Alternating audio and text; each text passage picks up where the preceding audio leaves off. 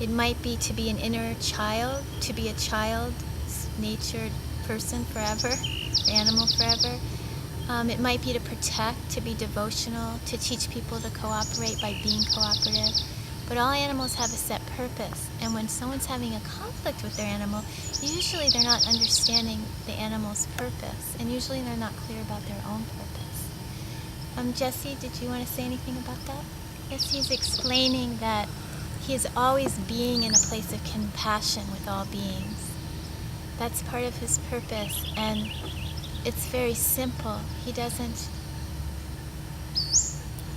get preoccupied with a lot of ideas or thoughts about it. He just bees in a state of compassion wherever he goes. Jesse Boy says it's very important for this time in history that we really focus on our purpose in our heart and trust that by doing that we will create exactly what we need to create. There's nothing complicated to do. Just really listen to who you are in your heart, and who you are will astound you. It will reveal itself to you in a way you never knew before through your own heart. He says, really let the past go and all conceptions and assumptions about what life is or isn't, and let new awareness come in at this very, very important, pivotal time in history. The birds at this center on this property have really been great guides for me. There's been a lot of different birds, and they'll always show up as needed.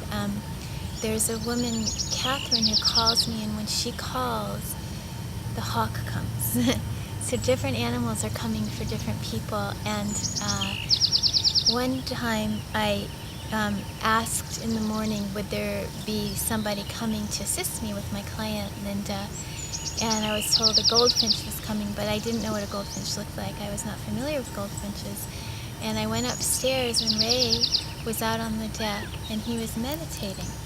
And there was the most pretty little yellow bird. I thought it was a domestic bird. And I asked Ray, what is that? And Ray said, I don't know. So he went and got the bird book. And yeah, it was a goldfinch. So Linda came, and she needed assistance with feeling comfortable about speaking on the radio for her job, which was very scary to her, but she felt it was a necessary skill to have for her job. And this goldfinch was outside the window the whole time Linda was here, which was several hours. And Linda began to hear the goldfinch talking to her, and the goldfinch told her to be happy. And I worked with Linda on how to use the radio as a time to be happy, rather than a time to have to prove anything or sound like anyone. And by the end of the session, Linda was feeling very excited about going on the radio. I asked her, is there anything else you want to work on today?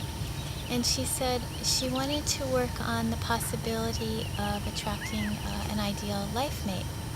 And at that point, another goldfinch came, so we had the partners together assisting Linda, and she did some work with that.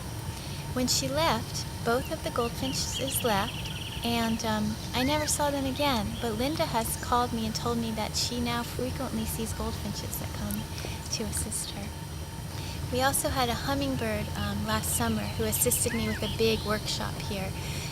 Each day I would go out in the morning, and as I was meditating, the sweetest little hummingbird would come right to me. I'd find different spots to meditate on, and that hummingbird would just show up and come right this close and just flutter in front of me. And every time that hummingbird came to me, my heart just felt overwhelmed with joy. And I realized that the purpose of the workshop that I was going to lead was really to raise the joy for everyone, to raise the vibration of joy. And that is what happened. I was told that the room just felt like something magic had occurred. And I really attribute that to the hummingbird, listening to that hummingbird and following that hummingbird's instructions on how to be joy allowed me to create an event where everyone began to experience unconditional joy.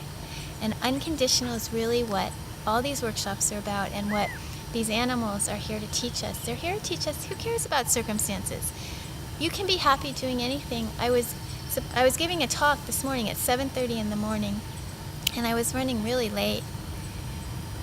And I went driving down the road really fast, and me in this car it's a narrow road. The streets were wet, and I started to skid. We're heading towards each other. I mean, I could have died in that second. And I don't know what happened, but I just stayed really present and intended to do whatever I need to do. The car's getting way out of control and just heading towards this other car that's heading towards me. It's not moving at all. And I couldn't stop the car. I put my foot on the brake. It got worse. And then all of a sudden the car just turned the other way and started skidding. I was afraid I'd go off the edge. And then it stopped. And it was very scary, and I was very grateful that I was fine and the person was fine. And then the person honked at me, and I got angry. It's like, we just went through something horrible together, and we both came out fine. Why are you honking at me? We've created this together. And then I got all charged up, and I was angry. So on the way to the talk, I'm going fast, too fast, and someone starts honking at me again. And I go, and by the time I get to the talk, I'm just really, really upset. And after the talk, people said, "Oh, Dr. Lori Moore is so calm." Please, they said, you should give a talk every time we meet because now we all feel calm. And I'm thinking, how did that happen? Like, I came in like a wild maniac.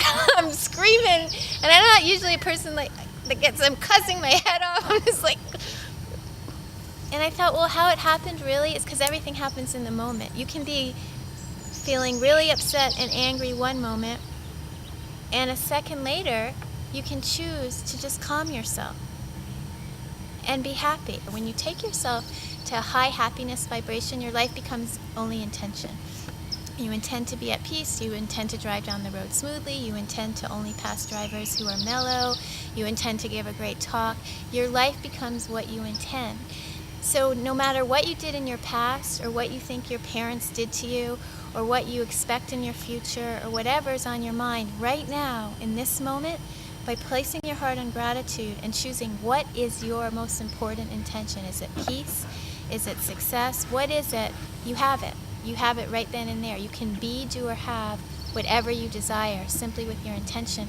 And if you listen to the animals, they're living on intention. They're not interested in theory. They're not interested in analysis. They're simply living in the intention of the moment. And that is one of their greatest gifts to help us learn how to do that.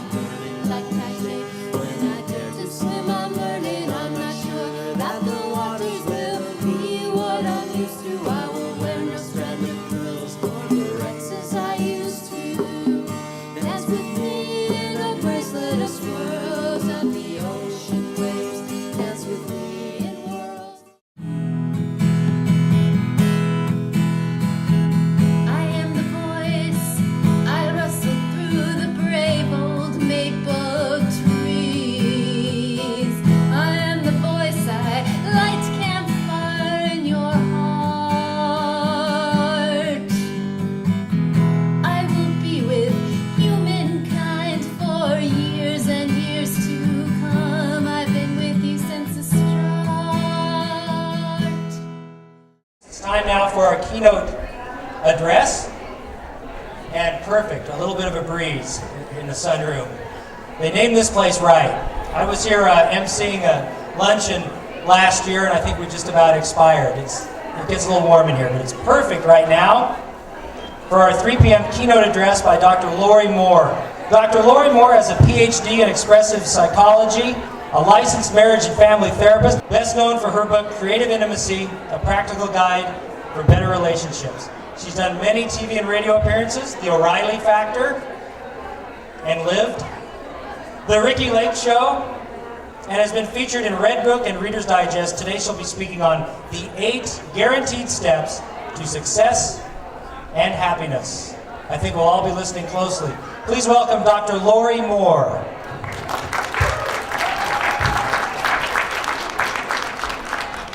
I've had the privilege to work with hundreds, maybe thousands of people and make some observations both about those who succeed and those who don't, and also apply those observations to my own life. And that's what I'm here to talk about today. 10 steps that if you are to follow them, you will achieve your desired goal, and you can achieve it in a way that is fulfilling. Because often I'll come across people who are doing quite well with their desired goals and not feeling happy about life. And I'll come across people who are enjoying life greatly and not getting anywhere. So the object of this talk is to be able to accomplish both. I want to start with a funny story. I was at a friend's house, Perry Miguel, the other night, and they have a very young boy named Aiden. And Aiden started all of a sudden running around the dog and lifting his hands in the air and screaming, "Woo!" and laughing, and soon everyone in the room was laughing with Aiden. And I wondered for a moment, what would it be like to be Aiden? And I guess other people in the room were wondering the same thing, because Miguel, 45-year-old man, was so funny. He stood up and he said, "I wonder what would happen when I'm having a bad day at work if I just stopped and started running around a signpost and went, woo!" And as silly as that sounds, Aiden had created a reality for himself around which everyone was suddenly picking up and smiling and laughing.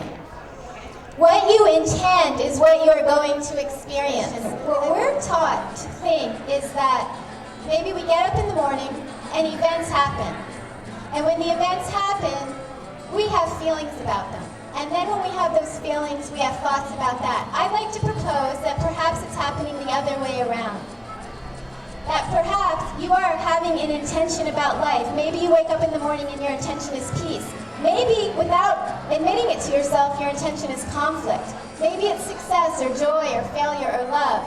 And you start your day with that intention, and because that's your intention, your thoughts follow. So you find yourself thinking things throughout the day that actually invite you into your intention, into peace, into joy, into conflict, into whatever it is. And the next thing that's happening is you put yourself in a state that attracts it all around you. So all of a sudden there's conflict all around you, or all of a sudden there's peace around you, or all of a sudden there's great joy in you and outside of you.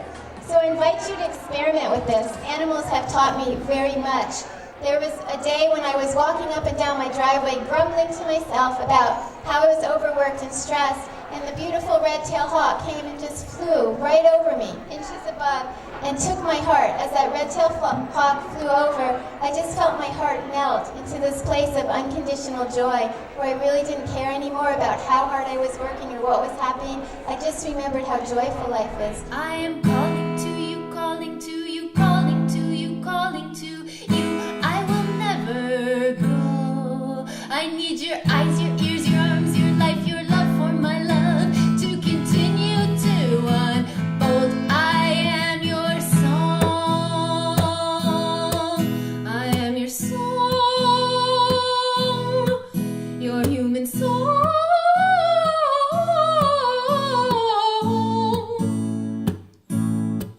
I will sing through you each time you hear me. You can listen, you need not fear me. Hey, I am your human song.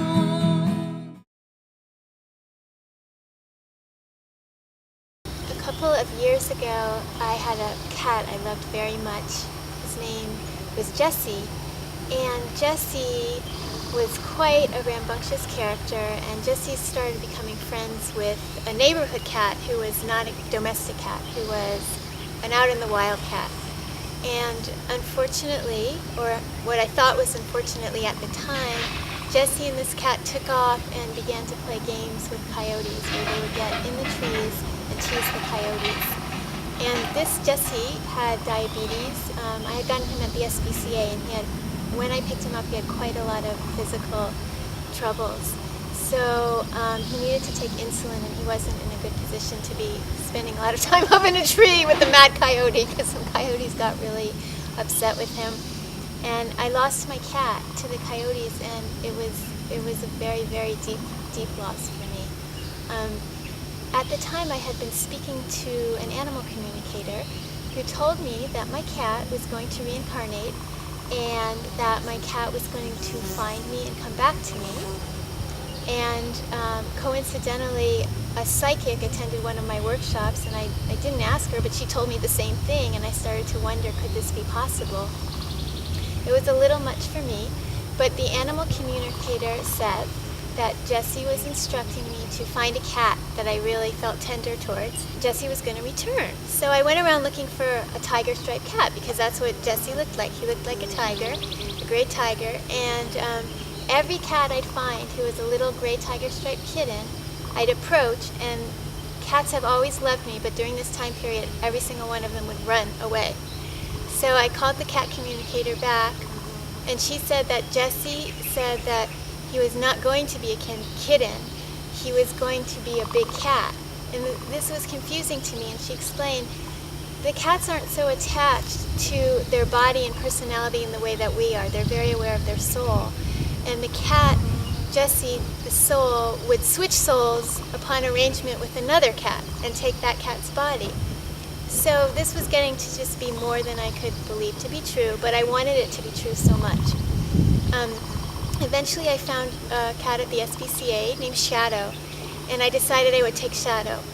And I took Shadow home, and I could feel my cat Jessie's soul everywhere around me, but when I got Shadow home, it was obvious to me that that cat was not Jessie. Shadow was a completely different personality.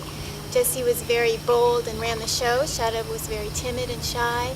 As soon as we got home, Shadow jumped under the bed. He just wasn't Jessie. And I decided I needed to make peace with this situation. So I sat on my bed for 2 hours, and I went into deep meditation. And I just made peace with that. My life had changed. There would be a new cat with a new personality that I would bond with, and Jessie would be near me in soul.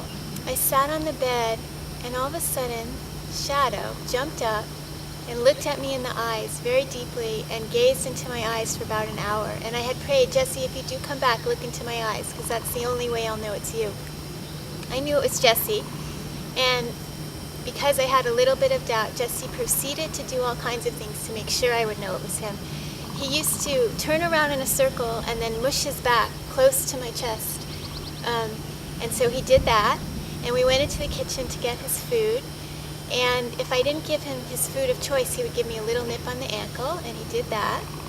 And I went to my desk to do some work, and if he wanted me to play and cuddle with him instead of work, he would jump behind the desk and pull out the computer plug. And in his new, smaller body, he wasn't quite able to do that, but he made it clear that he was trying. And it was Jessie. Jessie was back. I had no doubt. So the next day, when people arrived for my workshop, they were very intrigued with how close Jessie and I were. We seemed to be inseparable. And someone asked me, how long have you had that cat? And I wasn't quite sure how to answer. And I said, well, I've had this cat since last night. And everyone said, but you've known this cat forever. So I thought, you know what, I'm just going to tell this story. At the time, I thought people are going to think people might think I'm nuts. I don't know if people will believe this. At the time, I was a therapist, and most of my work was about relationships. I wasn't doing the animal work yet. And when I told the story, almost everyone in that room started crying and sharing their own stories. And it just opened my heart, and it made me aware that so many people are experiencing things that, at least where I grew up, would be considered something that only someone not too intelligent would be experiencing. Of course, I've really come to look at intelligence in a different way too. From learning to hear the animals speak and working with so many different kinds of people. I've noticed that on a soul level, someone who's experiencing in this lifetime schizophrenia and someone's experiencing being a genius really aren't that different. What we're made of on a soul level is really our heart's intentions. And I feel that's a lot of what my cat taught me through his leaving and coming back. When he came back, I also went into a place where there's no time and there's no space. And I started to realize how the mind has created time and space, that there really is a whole world that's timeless and spaceless. So one may ask, well, is this true? Is this not true? But I'm not too concerned with that anymore, because I'm just wondering, does it touch your heart? And my main question is in life is how can I be completely happy and fulfilled, and how can I contribute to a world of people being happy and fulfilled?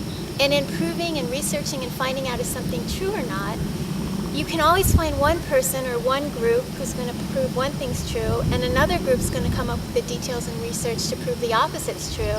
And even if everyone's in agreement for a little short period in history, someone will come up with some new material later.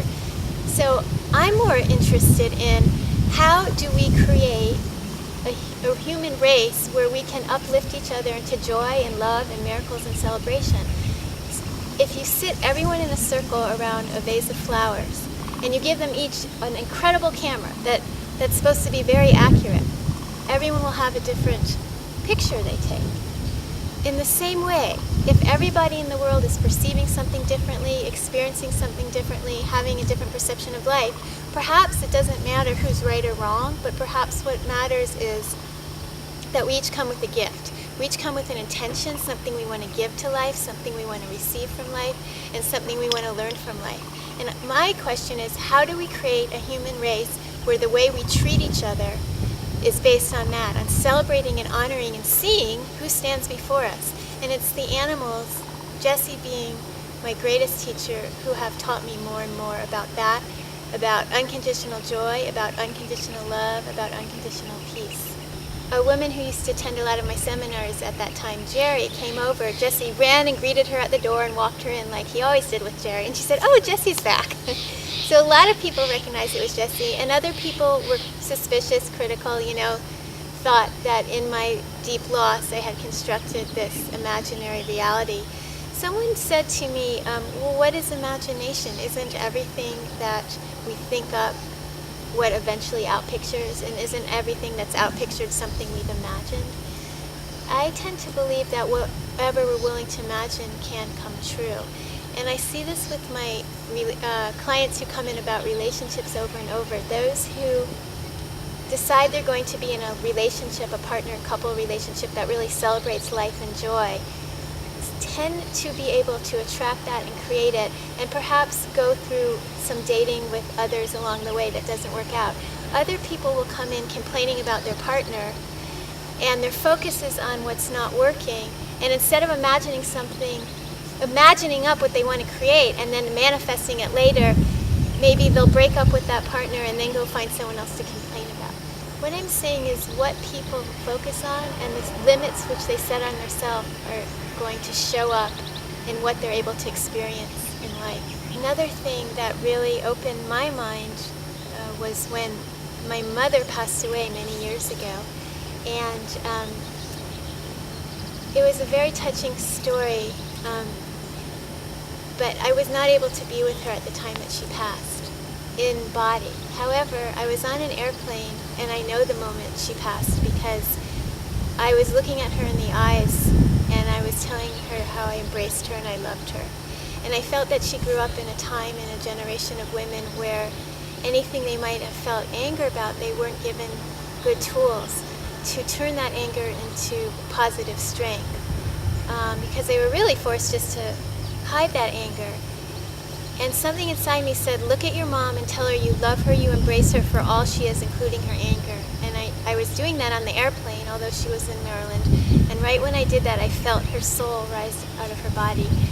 And I had promised I would, when the plane landed in Chicago in the middle of the night, to transfer that I would call. Well, I didn't call because I knew my mother would be there, and I just couldn't bear to hear the news in Chicago, even though in my heart I knew it. So when I got home, I just told myself, maybe my mom's still alive, maybe I made this all up, and I just started running to her bedroom, and I stopped because I knew she was not alive. And this woman came running out. I didn't see my brother or sister, and my mother was single. My parents were divorced, but this woman came running out, and she hugged me, and she told me that my mother had passed away and when. And at the moment that I had been on the airplane, what was happening with my mother was that my brother and her two best friends were surrounding her, and she was trying so hard to stay alive because she knew I was on my way home to see her one last time. And she was trying with all her might, and it was so hard. It was time for her to leave. And finally, my brother told her, Lori loves you, and you love Lori, and both of you know how much each other loves each other. If you have to go now, just go. It's okay, and Lori will understand. And then my mom looked up at all three of them, and she left her body. So that night, I decided I would sleep in my mother's room because I could just feel her love filling up the house. It was like she was there. And I walked in a balloon in the shape of a star, said, "You're the greatest son," at a helium balloon, and it flew over to me across this big bedroom. And it gently patted me.